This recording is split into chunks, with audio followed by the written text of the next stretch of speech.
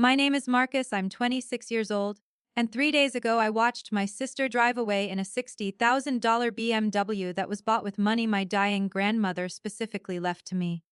But here's the part that's going to make your blood boil.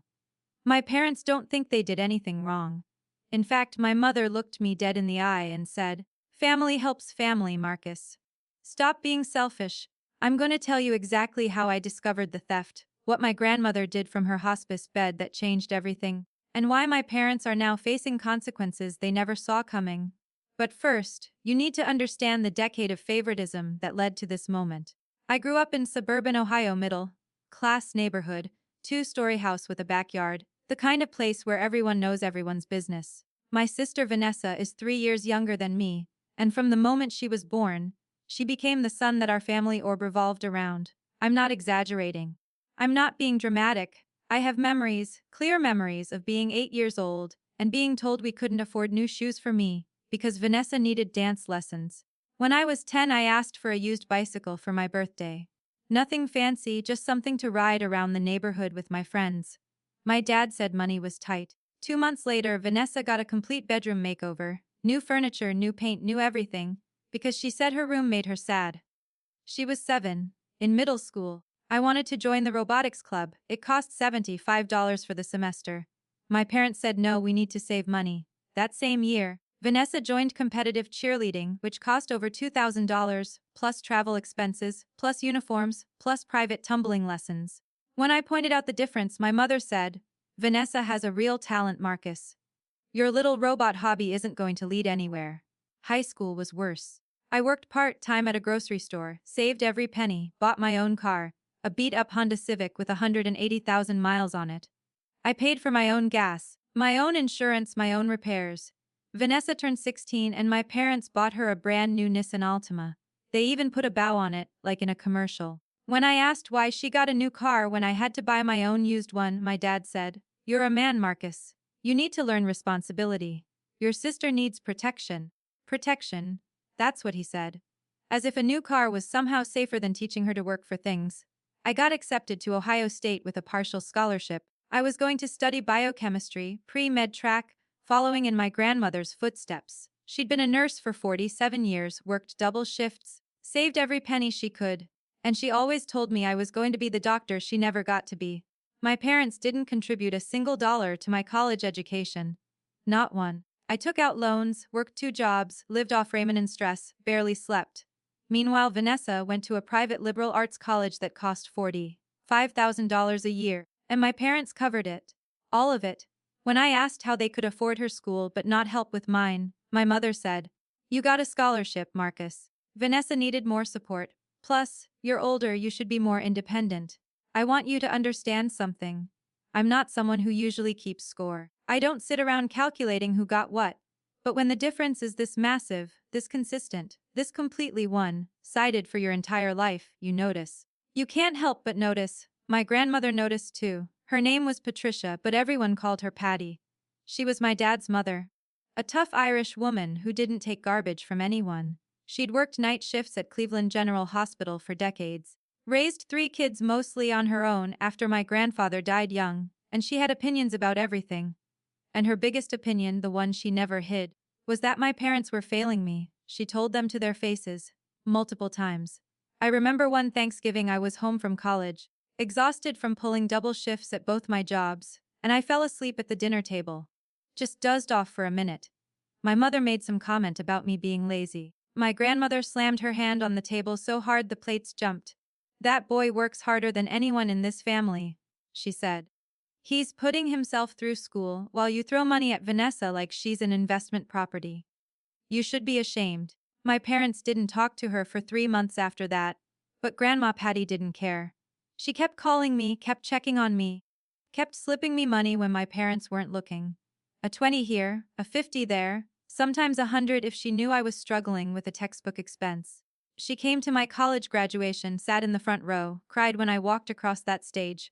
My parents came too, but they spent most of the ceremony on their phones dealing with some crisis Vanessa was having about a boy. After undergrad, I got accepted to medical school. Not just any medical school, Johns Hopkins, one of the best programs in the country. I was going to specialize in emergency medicine. My grandmother was so proud she called everyone she knew. She threw me a celebration dinner at her house, invited the whole family, made my favorite pot roast. That's when she pulled me aside into her small kitchen and told me something that changed everything. Marcus, she said, holding both my hands in hers, I've been saving money for you for years.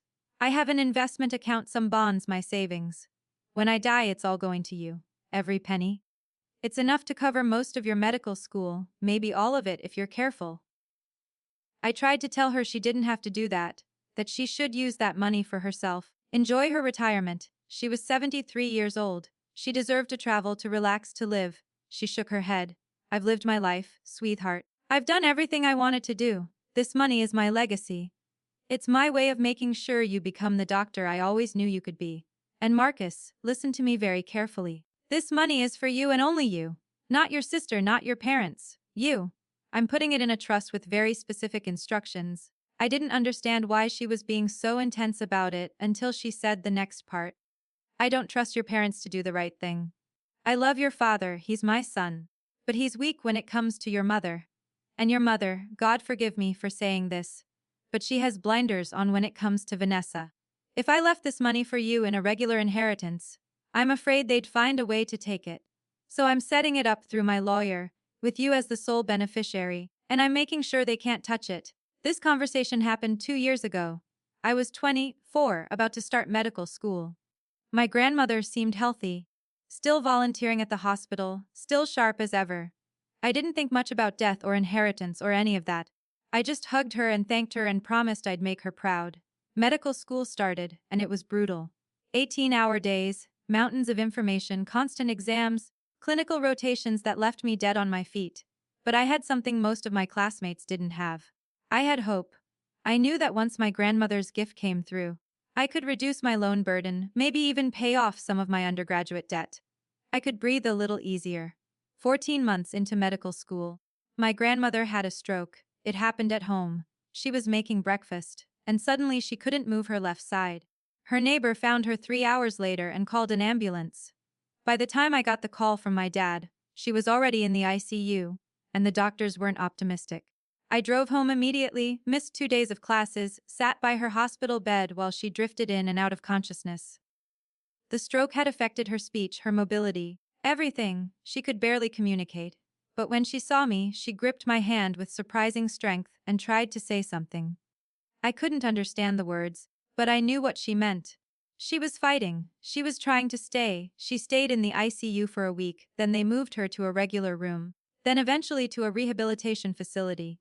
The doctors said she might recover some function with intensive therapy, but she'd never be the same.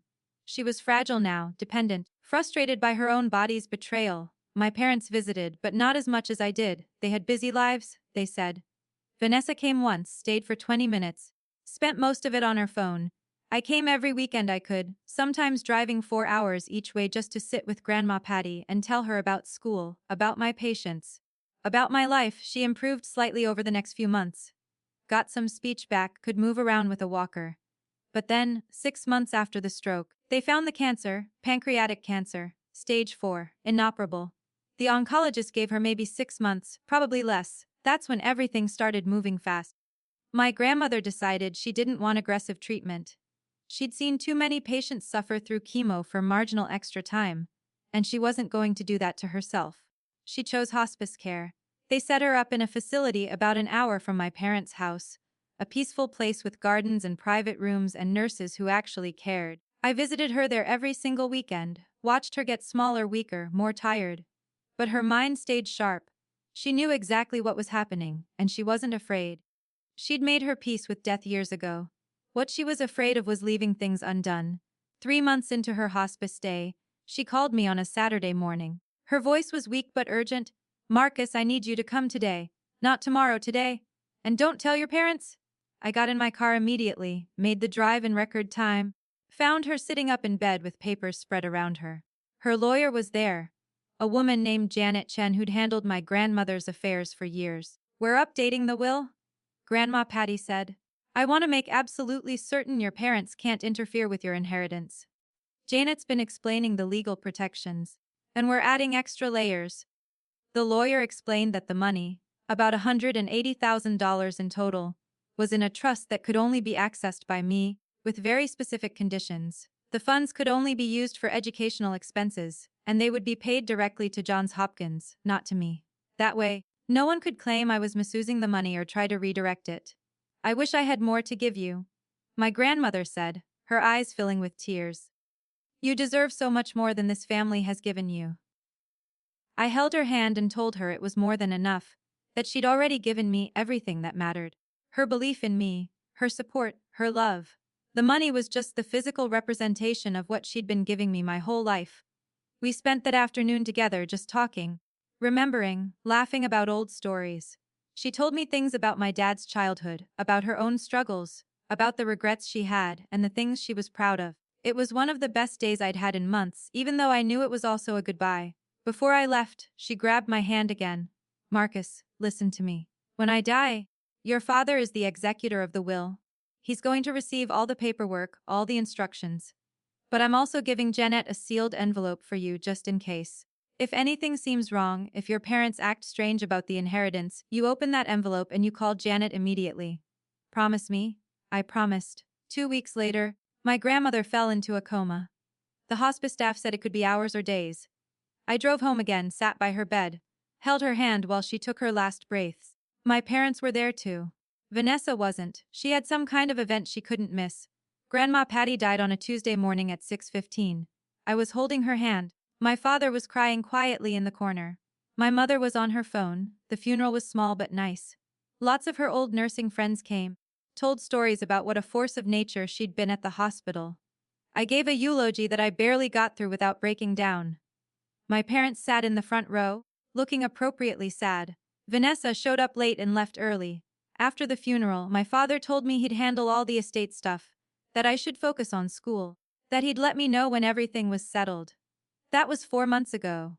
For the first month, I didn't worry about it. Estates take time to settle. I knew that. But by month 2, I started asking questions. My dad kept saying the lawyers were slow, there was paperwork, complications, nothing to worry about. By month 3, I was getting concerned. Medical school bills were piling up, I'd taken out more loans, and I really needed that inheritance money to come through. Then, 3 days ago, I saw the Instagram post. Vanessa posted a photo of herself in front of a brand new BMW 330i silver with black interior, the works. The caption said, "Best parents ever. Dreams do come true," with about 50 emojis and tags thanking mom and dad. I stared at that photo for a solid 5 minutes, my brain not quite processing what I was seeing. Then I called my sister. "Hey, congrats on the new car," I said, keeping my voice neutral. "Where'd you get the money for that?" "Oh my God, isn't it gorgeous?" she gushed. "Mom and Dad bought it for me. Early birthday present, I've been wanting a BMW forever." My stomach dropped. They bought it? Outright? Yeah, paid in full. I couldn't believe it either. They said they'd been saving up. I hung up and immediately called my father. "Did you buy Vanessa a car?" I asked. There was a long pause. "Marcus, let's not do this over the phone. Answer the question, Dad. Did you buy her a $60,000 car?" Another pause. "We can explain. Come over for dinner tomorrow and we'll talk about it." "No, explain now." "Where did the money come from?" He sighed. "Your grandmother's estate." The world tilted sideways. "What?" "It's complicated, Marcus. There was an issue with the trust, something about the paperwork not being filed correctly. The money came to us as part of the general estate, and we made a family decision about how to use it." I couldn't breathe. "A family decision? You made a family decision to steal my inheritance and buy Vanessa a car?" "Don't use that word," he said sharply. "We didn't steal anything. And frankly, your grandmother's favoritism toward you wasn't healthy. This money is better used to help the whole family." I was shaking. "I'm coming over. Right now. Don't you dare leave that house." I drove to my parents' place, probably broke 6 traffic laws on the way. Stormed into the house to find both my parents waiting in the living room, looking like they were about to have an intervention with me. "Before you say anything," my mother started, "you need to understand our position. Your position. You stole from me. You stole money my grandmother specifically left to me for medical school." My father held up his hands. "Nobody stole anything. The trust had issues. The money became part of the estate, and as executor I had the discretion to distribute it as I saw fit." "Grandma's will was crystal clear," I said. "That money was for me. Only me. For education." My mother jumped in. "And we think that's unfair, Marcus. Your grandmother played favorites your whole life. She gave you money, attention, opportunities that she never gave Vanessa. That inheritance was just one more example of her favoritism, and we weren't going to perpetuate it? I couldn't believe what I was hearing. She played favorites? Are you kidding me? You two have given Vanessa everything her entire life. New car, private college, bedroom makeovers, cheerleading, everything. I worked for every single thing I have. Exactly, my father said. You're capable, Marcus. You're strong, independent, successful. Vanessa needs more support. She's sensitive, she struggles more. That BMW is going to help her confidence, help her feel valued. With my money that was supposed to pay for medical school. My mother crossed her arms. You're being selfish. Family helps family. Vanessa is your sister. Your grandmother's favoritism created a rift in this family, and we're trying to heal it. I stared at them, these two people who were supposed to be my parents, and I realized something horrifying. They genuinely believed they were in the right. They'd convinced themselves that stealing from me to give to Vanessa was some kind of moral act. I want the money back, I said quietly. All of it. Or I'm calling a lawyer. My dad laughed. You can't afford a lawyer, Marcus. And even if you could, the money's already spent. The car's in Vanessa's name. What are you going to do, sue your own family? I left without another word. That night, I couldn't sleep. I kept thinking about my grandmother, about her warnings, about that envelope she'd mentioned. I'd forgotten about it until that moment. I called Janet Chen first thing in the morning. Marcus, she said, and I could hear the relief in her voice. I've been hoping you'd call. Have your parents given you anything from your grandmother's estate? They stole it, I said. They took the money and bought my sister a car. There was a sharp intake of breath. I was afraid of that. Marcus, I need you to listen carefully. The trust was properly filed. There were no issues with the paperwork. Your father lied. He used his position as executor to liquidate the trust assets and redirect them, which is illegal. Your grandmother anticipated this might happen, and she left very specific instructions with me. My heart was pounding. What kind of instructions? She had me file a secondary copy of all the trust documents with the probate court, sealed, with instructions to open them only if you contacted me with concerns. She also recorded a video statement explaining her wishes and her fears about your parents interfering. And Marcus, she made that statement from hospice, 3 days before she died. It's powerful evidence. I felt tears streaming down my face. Even from her deathbed, my grandmother was protecting me. What do? I asked. You file a lawsuit against your father as executor. We'll get the court involved, we'll show the video. We'll prove breach of fiduciary duty. Your grandmother gave me funds to cover your legal costs if it ever came to this. She thought of everything. We met the next day and Janet showed me the video. My grandmother, tiny in her hospice bed, oxygen tube in her nose, speaking clearly into the camera. My name is Patricia Ann Morrison, and I'm recording this on October 18th because I know my son and his wife. I love them, but I don't trust them. The money I've saved, all of it, is for Marcus, for his education, for his future. If anyone tries to take it from him, I want the law to come down on them with everything it's got. Marcus has been overlooked and undervalued his entire life, and this is my way of making sure he gets what he deserves. If you're watching this, Marcus, it means they did exactly what I was afraid of. Don't back down. Fight for what's yours. I'm watching over you, and I'm so proud of you. I watched that video 3 times, crying harder each time. Janet filed the lawsuit the next day. Breach of fiduciary duty, fraud, conversion of trust assets, the works. We sued my father personally and demanded the return of all funds plus damages. We also filed an emergency motion to freeze any additional estate assets. My parents didn't take it well. My mother called me screaming. How could I sue my own family? How could I be so vindictive? Didn't I care about my sister? The car was already bought. What did I expect them to do? Return it? Yes, I said. Return it? That's exactly what I expect. My father tried a different approach. He called me, voice calm, trying to reason with me. Marcus, be smart about this. Legal fees are going to eat up whatever you win. Drop the suit. We'll find a way to pay you back over time, and we can keep this in the family. You had a chance to keep this in the family, I said. You chose to steal from me instead. Now we do this the legal way. Vanessa called too, crying, saying I was ruining her life, that she'd already posted about the car online, and now she'd have to give it back and everyone would think she was pathetic. I hung up on her. The court moved fast. Within 2 weeks, we had a hearing. Janet presented the trust documents, the video, the paper trail showing exactly where the money went. My father's lawyer tried to argue that the trust was improperly structured, that my father had acted in good faith, that this was a family matter that shouldn't involve the courts. The judge wasn't having it, Mr. Morrison, she said, looking at my father over her glasses. You were the executor of your mother's estate. That's a position of trust, with legal and ethical responsibilities.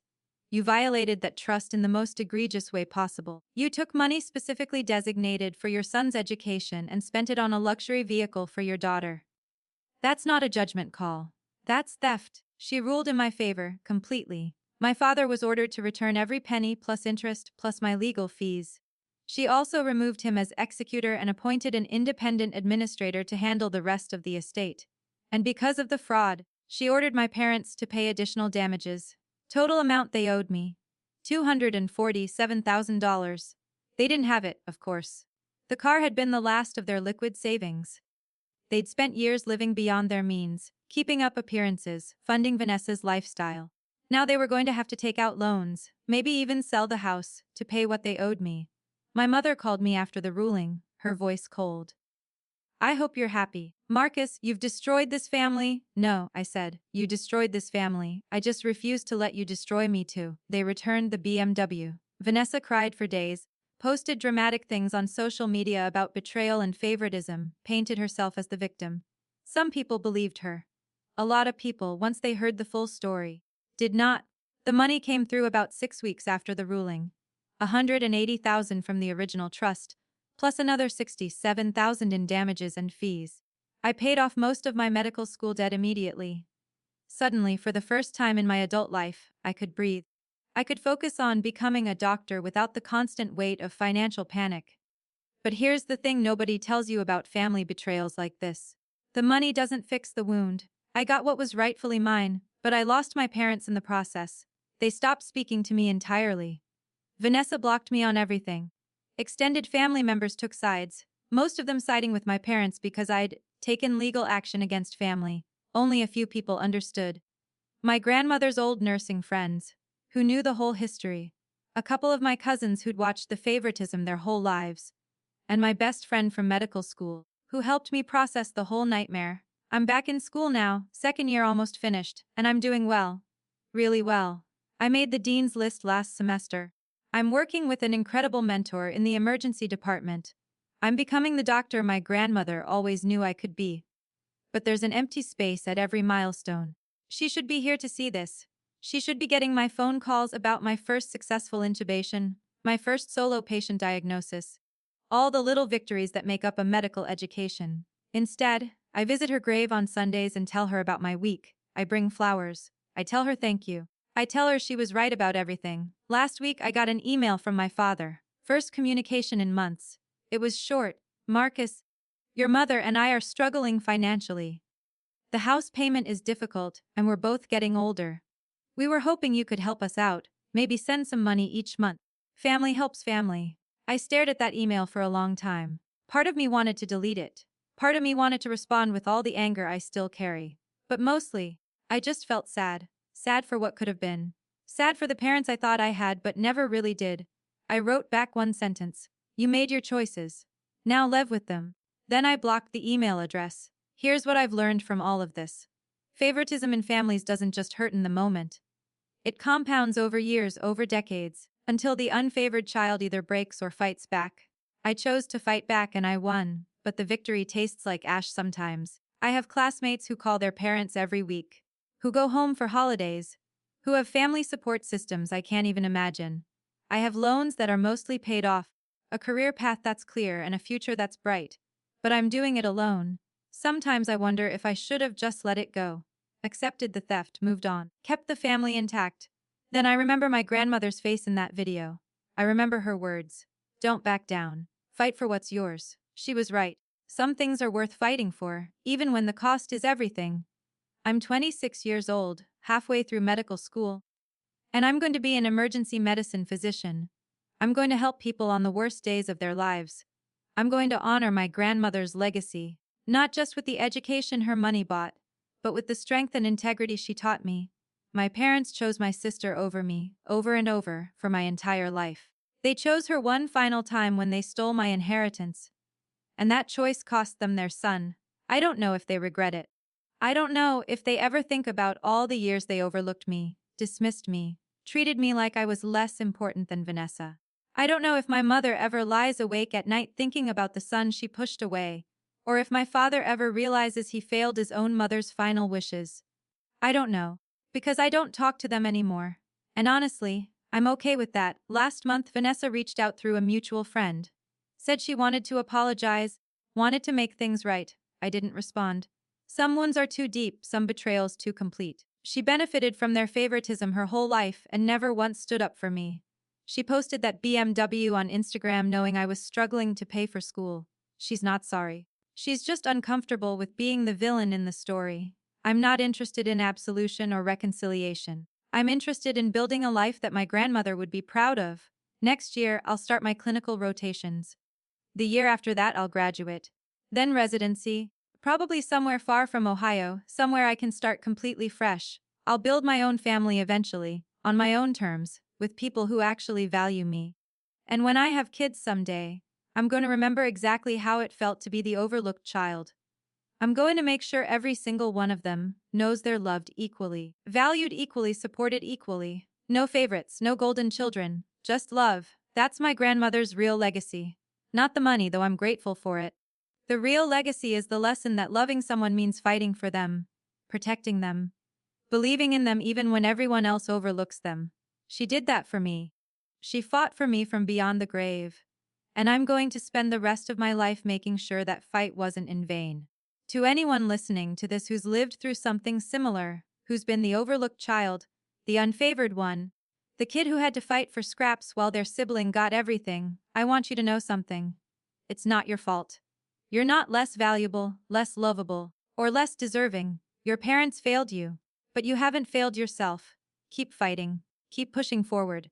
Build the life you deserve, even if you have to build it alone. And don't ever, ever let anyone convince you that standing up for yourself is selfish. Sometimes the most radical act of self-love is refusing to accept less than what you're worth.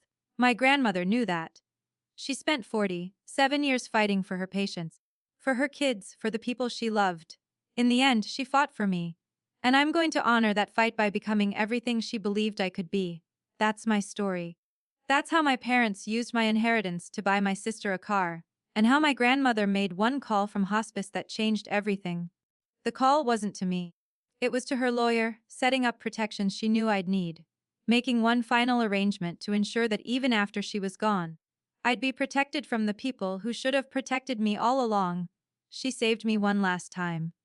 And I'm going to make sure that salvation means something. Medical school is brutal, but I'm still here. Still fighting. Still moving forward. Because that's what she taught me to do. And I'm not going to let her down. If this story resonated with you, if you've ever felt overlooked or undervalued in your own family, hit that like button. Your support means everything and helps me keep bringing you these real stories that matter. Subscribe if you haven't already, because I share stories like this every week. Stories about people who refused to be victims, who stood up for themselves even when it cost them everything. And drop a comment below telling me what you would have done in Marcus's situation. Would you have sued your parents? Would you have let it go? I read every single comment, and I want to hear your perspective. Thanks for listening to this story. Thanks for being part of this community. And remember, standing up for yourself is never selfish. I'll see you in the next one.